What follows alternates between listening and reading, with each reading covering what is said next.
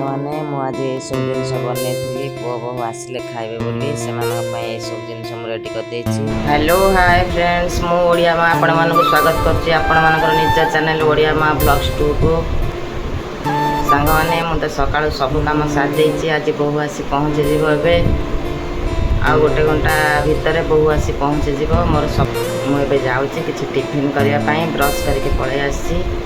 ଆଉ ଦେଖନ୍ତୁ ମୁଁ କ'ଣ ଟିଫିନ୍ ପାଇଁ ଆଣିଛି। ଦେଖନ୍ତୁ ଫ୍ରେଣ୍ଡସ୍, ଦୁଇଟା ଚକୁଳି ନେଇଛି। କାଲିରେ ସନ୍ତୁଳା ଥିଲା, ଏଇ ସନ୍ତୁଳାଟା ଆଉ ଏଇ ଚକୁଳିକି ମୁଁ ବର୍ତ୍ତମାନ ଟିଫିନ୍ କରିନେବି। ଆଉ ଏଇଠି ଗୋଟେ ହଜବେଣ୍ଡଙ୍କ ପାଇଁ ଚକୁଳି ବନେଇକି ରଖିଛି, ତାଙ୍କୁ ଭଲ ଲାଗିବ ଉଠିଲେ ଖାଇବେ। ଆଉ ଗୋଟେ ଯଦି ଚାହିଁକି ପକେଇଦେବି, ସେମାନେ ଆସିଲା ବେଳକୁ ମୁଁ ରିଲାକ୍ସ ହେଇଥିଲେ ସେମାନଙ୍କୁ କିଛି କରିକି ଦେଇପାରିବି, ଚା' କରିକି ଦେବି, ତାଙ୍କ ପାଇଁ ଟିଫିନ୍ ବନେଇବି। ଏବେ ମୁଁ ଖାଇ ନେଉଛି, ଆପଣମାନେ ଦେଖନ୍ତୁ ଏଇଟା ଚକୁଳି ବ୍ୟାଟର ରେଡ଼ି ହେଇଯାଇଛି। ଏଇଟା ଟିକେ ଆଳୁ ଦମ୍ କରିଦେଇଛି। ସବୁବେଳେ ତ ମଟର ଆଳୁ ଖାଉଛେ, ମଟର ଆଳୁ ସିଝେଇକି ମଟର ସିଝା ଅଛି ରଖିଦେଇଛି ସିଝେଇକି, ଫିର୍ ବି ପକେଇଲିନି। ମୁଁ କହିଲି ନାଇଁ ଗୋଟେ ଆଳୁ ଦମ୍ଟା ଖାଆନ୍ତୁ। ସାଙ୍ଗମାନେ ଦେଖନ୍ତୁ ହଜବେଣ୍ଡଙ୍କ ପାଇଁ ଏବେ ବାଢ଼ି ଦେଇଛି ମୁଁ କଦଳୀ ଆଳୁ ଭଜା। ମୁଁ ସକାଳୁ ସକାଳୁ ଆଜି କ'ଣ କରିପାରିଲି ଆପଣମାନଙ୍କୁ ଦେଖେଇଥିଲି ତ, ଚକୁଳି ଆଉ ଆଳୁଦମ୍ ଆଉ ଚକୁଳି ଏଇଟା କରିବି ବୋଲି କହିଥିଲି, ପିଲାମାନେ ତ ମନା କଲେ, ସେଇଟା କରିନି। ଆଉ ମୁଁ ଭେଣ୍ଡି ଆଳୁ ଭାଜି ଦେଇଛି ସେମାନଙ୍କ ପାଇଁ। ଦେଖିଲେ ସେମାନଙ୍କ ପାଇଁ ଭେଣ୍ଡି ଆଳୁ ଭାଜି ଦେଇଛି, ଆଉ କଦଳୀ ଆଳୁ ଭାଜି ଦେଇଛି। ଏଇଟା ହଜବେଣ୍ଡଙ୍କୁ ଦେବି। ଆଳୁଦମ୍ ହେଇଛି, ଆଉ ଏଥିରେ ଦେଖନ୍ତୁ ସାଙ୍ଗମାନେ, ଏଥିରେ ଅରୁଆ ଭାତ ମୁଁ ରାନ୍ଧି ଦେଇଛି। ପିଠଉ ରଖିଥିଲି ତ ସେମାନଙ୍କ ପାଇଁ କରିବି ବୋଲି ଚକୁଳି ଏସବୁ ରେଡ଼ି କରି ରଖିଥିଲି କି ସେମାନେ କହିଲା ମାନେ ସାଙ୍ଗେ ସାଙ୍ଗେ ପକେଇବି। ତ ସେମାନେ ମନା କରୁଛନ୍ତି, ଦେହଟା ଅବାଗିଆ ହେଇଛି, ଖାଲି ଲେମ୍ବୁ ସରବତ ପିଇକି ସେମାନେ ଶୋଇଛନ୍ତି। ଉଠିଲେ ଏସବୁ ଖାଇବେ, ଯାହାର ଯାହା ଇଚ୍ଛା। ଆଉ ସେମାନେ ଚାହିଁଲେ ଦହି ପଖାଳ କରି ଖାଇପାରିବେ। ଆମ୍ବ କଷିଆ ଅଦା, ଏଠି ଆମ୍ବ କଷିଆ ଅଦା, ଦହି ରହିଲା, ଚାଉରେ ଲଙ୍କା ବି ବାହାର କରିକି ରଖିଦେଇଛି। ଏବେ ହଜବେଣ୍ଡଙ୍କୁ ଦେଇଦେବା ଏଇ ଆମ୍ବ କଷିଆ ଅଦା ଧରିକି, ଆଉ କଞ୍ଚା ଲଙ୍କା, ଆଉ ଏଇ ଭାତରେ ଟିକେ ଦହି ପଡ଼ିବ ତାଙ୍କର। ଦହି ପଖାଳ, କଦଳୀ ଆଳୁ ଭଜା, ଆଉ ସେକେଣ୍ଡ ଟାଇମ୍ ଭାତ ମୋ ପାଖରେ ଆଉ ନେଇ ଆସିଛି ପଖାଳ। ଏସବୁ ଏଠି ରହିଲା। ଫ୍ରେଣ୍ଡସ୍ ଦେଖନ୍ତୁ, ମୁଁ ଏବେ ଗାଧେଇକି ଆସି ଠାକୁରଙ୍କୁ ପ୍ରଣାମ ଟିକେ କରିକି ସବୁ ଠାକୁରଙ୍କ କାମ ସାରିକି ଆସିଛି, ପଳେଇ ଆସିଛି ଖାଇବା ପାଇଁ। ଆଉ ଖାଇବାରେ ଆଜି ମୁଁ କ'ଣ କ'ଣ ବନେଇଲି ମୁଁ ତ କହିଥିଲି ଆପଣମାନଙ୍କୁ କହିବି କି ସେମାନେ ଆସିବା ପରେ ମୋତେ ସବୁ କ'ଣ କ'ଣ କରିବାକୁ ପଡ଼ୁଛି, ମୁଁ କ'ଣ କରୁଛି, ମୁଁ କ'ଣ ବନେଇଛି ସବୁ ଦେଖନ୍ତୁ। ମୁଁ ଆଜି ଖାଇବାରେ ଏଇସବୁ ଜିନିଷ ବନେଇଛି। ଓ ଏଠି ଭେଣ୍ଡି ଭଜା, ଆଳୁଦମ୍, ବଡ଼ିଚୁରା, ଦହି ଆସିଲା ବେଳକୁ ସେମାନେ କିଣି ଆଣିଥିଲେ। ଆଉ ଗୋଟେ ଆଣିନି, କଦଳୀ ଆଳୁ ଭଜା ବେଶୀ ହେଇଯିବ, 2-3 ପିସ୍ ତାକୁ ମାଗିଛି। ବେଶୀ ଏବେ ଦବ ବୋହୂ, ମୁଁ ଦେଖାଉଛି। ପ୍ଲେଟ୍ରେ ଦେନା, ଏଇଠି 2-3 ପିସ୍ ଦେଇଦେ। ମୁଁ ତ ସବୁ ଏତେ ଜିନିଷ ଅଛି ନା ଖାଇପାରିବିନି। ବାସ୍ ମୁଁ ଏଇସବୁ ଜିନିଷ ଆଜି ବନେଇଥିଲି। କାଲିଠୁ ଷ୍ଟାର୍ଟ, ରାତିଠୁ ଷ୍ଟାର୍ଟ ବୋହୂର, ଆଉ ସେ କରିବ। ଆଉ ଦେଖନ୍ତୁ ସାଙ୍ଗମାନେ, ଫ୍ଲିପକାର୍ଟ କ'ଣ କରିଛି ମୋ ସହିତ ଆପଣମାନେ ଦେଖନ୍ତୁ। ମୁଁ ଏଇଟାକୁ ଖାଲି ବାସ୍ ଏଇଠି ଥିଲା, ମୁଁ ଏଇଠି ଗୋଟେ ପ୍ଲେଟ୍ ଲଗେଇ ଏଇଟା କାଟିଲି। ଏତିକି କେବଳ ମୁଁ ଖୋଲିବା ପାଇଁ କେବଳ ଏତିକି କରିଛି, ସେଇ ଜାଗାଟା ଫାଷ୍ଟ ମୁଁ କାଟିଛି। ତ ଆପଣମାନେ ଦେଖନ୍ତୁ, ମୁଁ ଏସବୁ ଦେଖିକି ପୁରା ଆଶ୍ଚର୍ଯ୍ୟ, କେଉଁ ଭରସାରେ ଆମେ ଜିନିଷ ମଗେଇବୁ। ମୁଁ ମୋର ଚ୍ୟାନେଲ୍ ପାଇଁ ମୁଁ ମାଇକ୍ 2ଟା ମଗେଇଥିଲି, ଆଉ ସେ ମାଇକ୍ ବଦଳରେ ଆସିଛି କ'ଣ, ଆଉ ଏ ପ୍ୟାକେଟ୍ର ଅବସ୍ଥା ଦେଖନ୍ତୁ ତ, କେମିତି ପୁରୁଣା ଚିରା ଖୋଳରେ ପ୍ୟାକ୍ ହେଇଛି, ଆଉ ପୁରା ରଙ୍ଗ ଆଇଟମ୍ ପୁରା ଦେଖନ୍ତୁ। ଏଇ ଜିନିଷ ମୁଁ ମଗେଇନି, ଏଇ ଜିନିଷ ଆସିଛି। ଡେଲିଭରି ବୟ ସେ ଦେଇକି ପଳେଇବା ପରେ ମୁଁ ଟିକେ ଧୂପ ଦେଲି ନା, ତାପରେ ଏମିତି ସାଙ୍ଗେ ସାଙ୍ଗେ କ'ଣ ମନେ ପଡ଼ୁନି, ଆଉ ଟାଇମ୍ ଦେଖିଲେ ଅବଶ୍ୟ ଫଟୋ ଉଠେଇଛି। ତ ସେଥିରେ ଦେଖିଲା ବେଳକୁ ଏଇସବୁ ଜିନିଷ ଆସିଛି।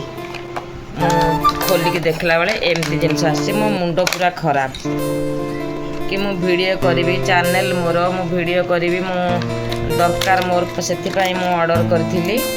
ତ ଫ୍ଲିପକାର୍ଟ ଆମ ସହିତ ଏଇଭଳିଆ ମୋ ସହିତ କଲା। ଦେଖନ୍ତୁ ଗୋଟେ ଜିନିଷ ଟିକେ ଭଙ୍ଗା ଅଛି, ଡ୍ୟାମେଜ୍ ଅଛି, କ'ଣ ଆମର ପସନ୍ଦ ହେଉନି, କଲର୍ ହେଇଗଲା, ପସନ୍ଦ ହେଉନି, କଲର୍ ଅଲଗା ହେଇଗଲା, ସେ ଅଲଗା କଥା। ପୁରା ରଙ୍ଗ ଆଇଟମ୍। ଦେଖନ୍ତୁ ସାଙ୍ଗମାନେ, କାହା ସହିତ ଆଉ ଏମିତି ଜିନିଷ ଘଟିଛି ତ ସେ କଥା ଜଣେଇବେ। ମୁଁ ତ ଭାବିଥିଲି ଆହୁରି ରିଙ୍ଗ ଲାଇଟ୍ ବି ମଗେଇବି ବୋଲି, ସେଲ୍ଫି ଷ୍ଟିକ୍, ରିଙ୍ଗ ଲାଇଟ୍ ଏସବୁ ମଗେଇବା ପାଇଁ ମୁଁ ଚାହୁଁଥିଲି। ଯଦି ଫ୍ଲିପକାର୍ଟ ଏମିତି କରିବ ତ ମୁଁ କେଉଁ ଭରସାରେ ଜିନିଷ ମଗେଇବି। ମୁଁ ତ ମାର୍କେଟ ଯାଇପାରୁନି, ମୁଁ ଗୋଟେ ପେସେଣ୍ଟ। ମୁଁ ଭାବିଲି କି ଅନଲାଇନ୍ ଅର୍ଡ଼ର କରିଦେବି, ମୋ ପାଇଁକି ଏଇଟା ବେଟର୍ ହେବ କି ଅଛି। ମୁଁ ବହୁତ ଟ୍ରାଏ କଲାଣି, ସେଟା ହେଉନଥିଲା, ଏବେ ହେଇଛି, ସେମାନେ ଆକ୍ସେପ୍ଟ କଲେ। ଆଜି 3 ଦିନ ପରେ ମୁଁ ବାର କ୍ୟାମେରାରେ ଫଟୋ ନେଇକି ସେଠି କ୍ଲିକ୍ କଲି, ତ ସବୁବେଳେ ଫେଲ୍ ଲେଖୁଥିଲା। ତ ଏବେ ଯାହା ହଉ ସେମାନେ ଆକ୍ସେପ୍ଟ କରିଛନ୍ତି। ଦେଖିବା ଭଗବାନଙ୍କ ଦୟାରୁ କ'ଣ ହେଉଛି, ମୁଁ ଆପଣମାନଙ୍କୁ ସବୁ ଜଣେଇବି। ସାଙ୍ଗମାନେ ମୁଁ ଏବେ ଖାଇବା ପାଇଁ ନେଇ ଆସିଛି ରାତିରେ। ଦେଖନ୍ତୁ ଗଲି ଟିକେ ବାଗେଇକି ଭଲସେ ଚକୁଳି କରିଦେଲି। ବହୁତ ଚକୁଳି, ଏଇଠି ସକାଳ କଦଳୀ ଆଳୁ ଭଜା, ଏପଟେ ଅଛି ଏଠି ଭେଣ୍ଡି ଭଜା, ଦେଖନ୍ତୁ ଏଇଟା ଆଳୁ କଷା, ଏଇଟା ଚଟଣି, ଏସବୁ। ମୁଁ ଟିକେ ଆଚାର ନେଇ ଆସିଛି, ବରକୋଳି ଆଚାର। ହାଇ ଫ୍ରେଣ୍ଡସ୍, ଆଜି ମୋର ଆପଣମାନଙ୍କୁ ଦେଖେଇଲି କେମିତି ଫ୍ଲିପକାର୍ଟ ଠକିଥିଲା, କେମିତି କ'ଣ କରିଲା। ଏତେ ଭୁଲ ପ୍ରଡ଼କ୍ଟ ଆସୁଛି, ବହୁତ ମନ ଖରାପ ହେଇଥିଲା। ଯାହା ହଉ କହିଛନ୍ତି, ଆକ୍ସେପ୍ଟ କରିଛନ୍ତି, ତ ଦେଖିବା କ'ଣ ହେଉଛି। ତ ଆଜି ଆଫ୍ଟରନୁନ୍ରେ ଏତେ ଜୋରରେ ପେନ୍ ହେଲା, ମୁଁ ପୁଣି ଆଜି ସେକ ଦେଲି। ଏତେ ବଡ଼ ଖରା ଦିନରେ ଯଦି ଯାହାର ପେନ୍ ହେଉନଥିବ ସେଥିପାଇଁ ବି ସେକ ଦେଇପାରିବନି। ବହୁତ ସମୟ, 1.5 ଘଣ୍ଟା ପାଖାପାଖି 2 ଘଣ୍ଟା ମୁଁ ସେକ ଦେଲି। ସେକ ଦେଲା ପରେ ଟିକେ ରିଲାକ୍ସ ଲାଗିଲା, ଏବେ ବି ଟିକେ ଭଲ ଲାଗୁଛି।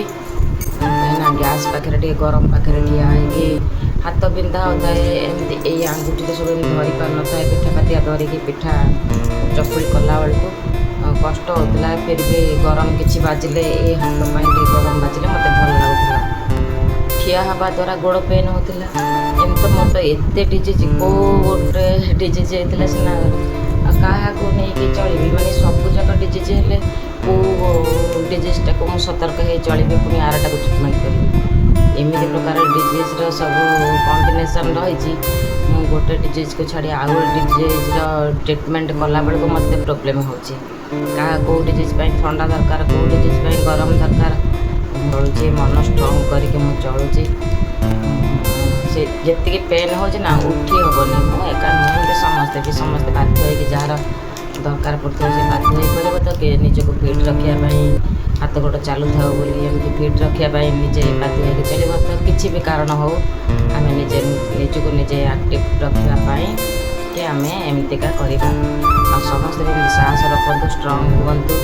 ରିମାଟିଜମ୍ ଏମିତି ହେଇଛି, ଆର୍ଥ୍ରାଇଟିସ୍ ହେଇଛି, ଆମେ ଭାଙ୍ଗି ପଡ଼ିବା, କିଛି କରିବାନି, କିଛି ନାହିଁ। ନିଜକୁ ଷ୍ଟ୍ରଙ୍ଗ କରିକି ଚଳନ୍ତୁ। ଆଉ ଯେତେବେଳେ ଅତିଶୟ ପେନ୍ ହେଉଛି, ମୁଁ ବି ନିଜେ ଭାଙ୍ଗି ପଡ଼ୁଛି, ଫିର୍ ବି ଏମିତି ଏଇଟା କିଛି ଗୋଟେ ସାହାରା ନେବାକୁ ପଡ଼ୁଛି। ମୁଁ ଏବେ ମେଡ଼ିସିନ୍ ଖାଇବା ବନ୍ଦ କରିଦେଇଛି, ନା ମେଡ଼ିସିନ୍ ବି ଖାଉନି।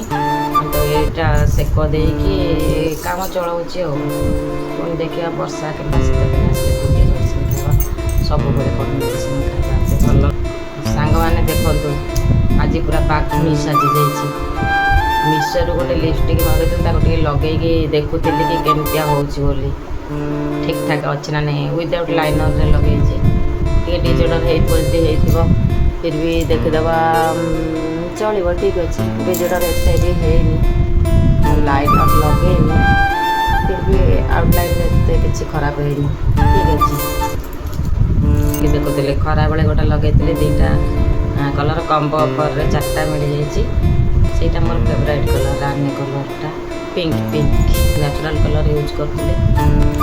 ନିଜର ଅଭ୍ୟାସ, ନିଜର ପସନ୍ଦ ସବୁ ଛାଡ଼ିବାକୁ ପଡ଼ିବ। ସବୁଥିରେ ଗୋଟେ ଷ୍ଟେପ୍ ଥାଏ।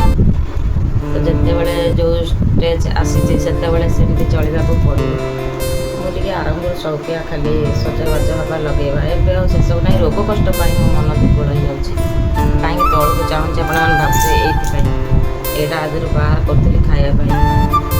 ହାଜମୋଲା, ଏ ଦେଖନ୍ତୁ ହାଜମୋଲା ନାହିଁ ତ ଜୁଆଣିଟା ସରିଯାଇଛି। ସେ ତ ଫ୍ଲିପକାର୍ଟ କଥାଟା ପାଇଁ ମୋର ଟିକେ ବହୁତ ଟେନସନ୍ ଥିଲି, ମନ ଦୁଃଖ ଥିଲା। ଆଜି ଟିକେ ପୁଅ ପଳେଇ ଆସିଲେ ମୋତେ କେତେ ରିଲାକ୍ସ ଲାଗିଲା। ସେମାନେ ଆସିଲା ପରେ ଘରଟା ଟିକେ ଗହଳି ଲାଗିଲା, ଭଲ ଲାଗିଲା। ଏକୁଟିଆ ମୋତେ ଜମା ବି ଭଲ ଲାଗୁନଥିଲା। ମୁଁ କେତେ କାନ୍ଦିଛି ଏକା ବସିକି, ବହୁତ ବୋର୍ ଲାଗୁଥିଲା। ପିଲାମାନେ ଘରେ ଥିଲେ ନା ଘର ଗୋଟେ ଗହଳି। ଏକା କ'ଣ ହଜବେଣ୍ଡ ତାଙ୍କର ସେପଟେ ପଳାନ୍ତି, ମୁଁ ଘରେ ଏକା। ମୁଁ ତ ଏତେ ବର୍ଷ ହେଲାଣି ଏକାରେ କଟେଇଛି, ତଥାପି ଏବେ ବୋଉ ଆସିବା ପରଠାରୁ ମୋର ଗୋଟେ ଅଭ୍ୟାସ ହେଇଯାଇଥିଲା ନା। ଆଉ FM ରେଡ଼ିଓ 24 ଆୱାର ଚାଲିଥିବ FM ରେଡ଼ିଓ। ମୁଁ ଏବେ ରହୁଛି। ଯଦି ଆପଣମାନଙ୍କୁ ମୋର ଭିଡ଼ିଓ ଦେଖିବା ପାଇଁ ଭଲ ଲାଗୁଥିବ ତାହେଲେ ଲାଇକ୍, ସେୟାର, କମେଣ୍ଟ କରିବେ। ଆଉ ମୋ ଚ୍ୟାନେଲକୁ ସବସ୍କ୍ରାଇବ୍ କରିବେ। ପାଖରେ ଥିବା ବେଲ୍ ଆଇକନ୍କୁ ପ୍ରେସ୍ କରିଦେବେ, ଯାହାଫଳରେ ଅଲ୍ ନୋଟିଫିକେସନ୍ ଆପଣ